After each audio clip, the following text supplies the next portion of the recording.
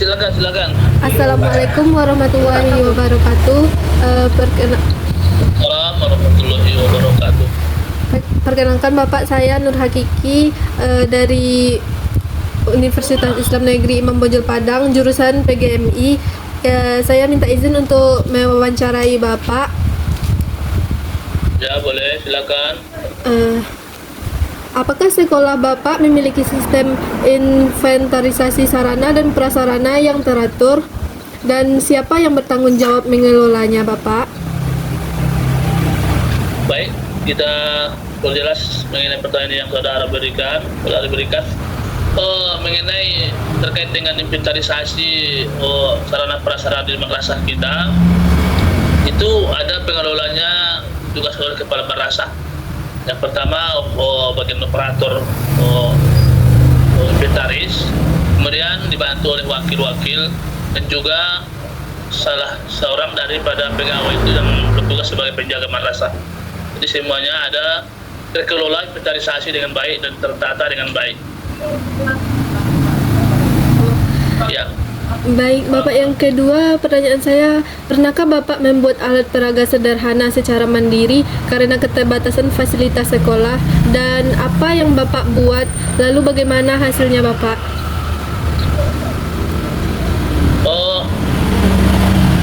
Belum pertanyaannya? Pernahkah Bapak membuat alat peraga sederhana secara mandiri karena keterbatasan fasilitas sekolah?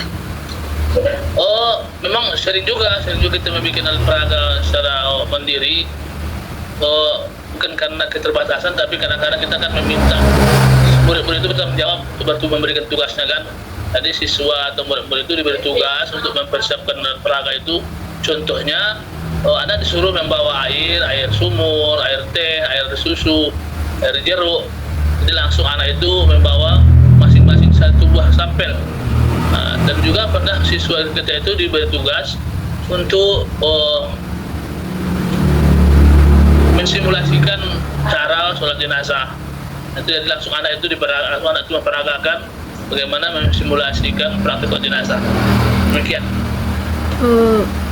Selanjutnya, bagaimana kondisi fasilitas sanitasi seperti toilet dan air bersih di sekolah Bapak? Apakah hal tersebut berpengaruh terhadap kenyamanan siswa dalam belajar? Mengenai sanitasi air dan juga sarana prasarananya cukup lengkap di sekolah kita. Hanya saja kadang-kadang ada kendalanya karena murid-murid kita di perkampungan, murid-murid ini tidak mau ke toilet. Mereka maunya ke sungai. Jadi itu yang membuat masalah. Kalau untuk sarananya ada air juga ada, lengkap dengan toiletnya. Tapi kadang-kadang itulah kendalanya anak-anak ini, karena nggak biasa ke toilet, mereka suka ke sungai juga. Soal lengkap semuanya, alhamdulillah lengkap. Baik Bapak, yang pertanyaan selanjutnya, apakah sekolah Bapak sudah memanfaatkan dana BOS secara optimal untuk pengadaan sarana dan prasarana pembelajaran, dan apa saja yang sudah diadakan itu? Sekarang kan ada peraturan Menteri Agama kan, kalau dana BOS kita ini di madrasah sangat sedikit untuk pengadaan sarana prasarana, karena ada keterbatasan belanja negara dan dikurangi dana itu untuk madrasah menutupi belanja yang lainnya. Tapi kalau untuk gaji itu tidak ada masalah. Hanya saja untuk dana BOS yang untuk sarana prasarana diciutkan sedikit, direvisi kemarin supaya dana itu tidak terlalu banyak untuk sarana prasarana. Baik Bapak, kemudian sejauh mana keterlibatan Bapak dalam proses perencanaan kebutuhan sarana dan prasarana di sekolah setiap tahun ajaran baru? Baik, kalau soal sarana prasarana itu kan kita kan guru mapel, jadi kalau kita tidak begitu jauh terkait dengan apa ini sarana prasarana ini, hanya kita paling-paling meminta apa yang kita mau, kita sampaikan melalui rapat. Pokoknya kita butuh ini, butuh boneka, kita sampaikan. Kalau untuk teknisnya itu depan madrasah sama wakil sarana prasarana dan operator. Baik Bapak. Kemudian apakah ada sarana atau fasilitas di sekolah yang tersedia namun jarang atau tidak pernah digunakan, dan apa penyebabnya menurut Bapak?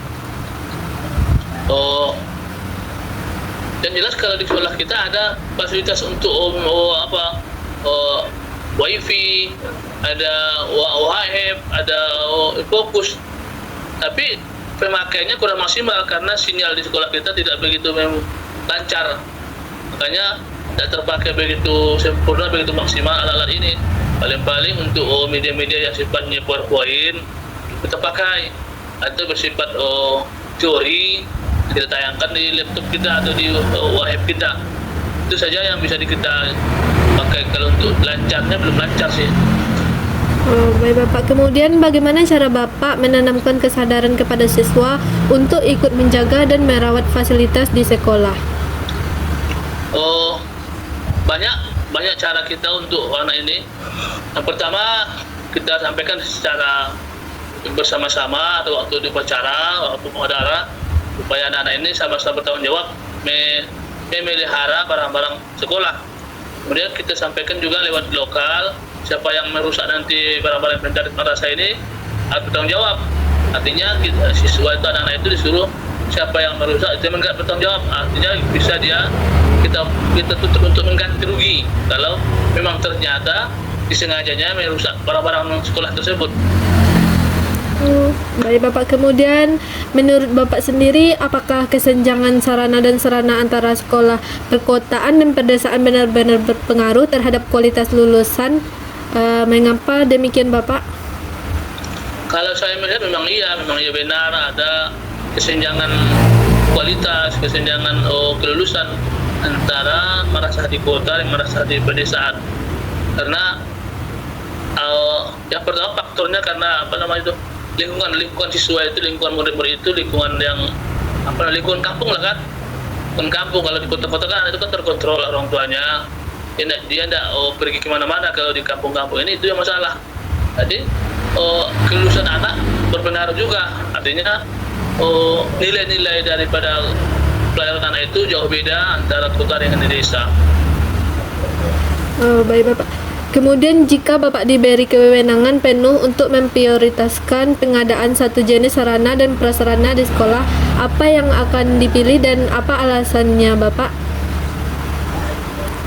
Kalau saya kan guru fikih, tentu saya hanya paling-paling meminta kepada pihak yang terkait untuk pengadaan barang tersebut. Kita minta seperti boneka jenazah, kemudian benda-benda untuk penyembelihan, kemudian boneka binatang-binatang untuk kurban, atau kain kapan untuk jenazah.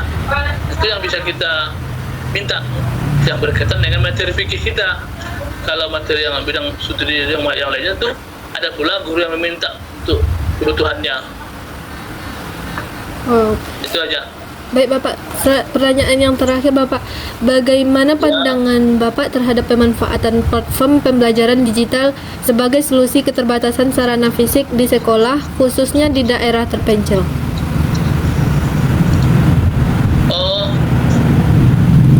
Kalau kita lihat secara fisiknya, penggunaan digital di madrasah ini sangat wajar, sangat bagus kalau kita bisa menggunakan dengan baik. Kenapa? Supaya murid-murid itu lebih maju cara berpikirnya. Kita pun sebagai guru tentu kita belajar dari hal-hal yang lebih hebat, lebih digital namanya kan. Jadi kita tidak lagi canggung atau tidak lagi gaptek kita. Andai kata media-media yang digital ini bisa kita manfaatkan di madrasah. Hanya saja itu tadi yang saya sebutkan tadi kan, jaringan itu tidak lancar di madrasah kita. Akhirnya walaupun kita mau rasanya menggunakan alat digital, mau menggunakan media-media yang sifatnya digital, hanya sedikit yang bisa kita laksanakan. Kalau anak nggak ada anak bawa HP, bisa kan? Tapi kadang-kadang waktu belajar pun anak-anak itu nggak ada sinyal, akhirnya terkendala juga belajar. Baik Bapak, terima kasih banyak Bapak sudah mau menerima wawancara saya. Ya, sama-sama. Baik, assalamualaikum warahmatullahi wabarakatuh Bapak. Waalaikumsalam warahmatullahi wabarakatuh.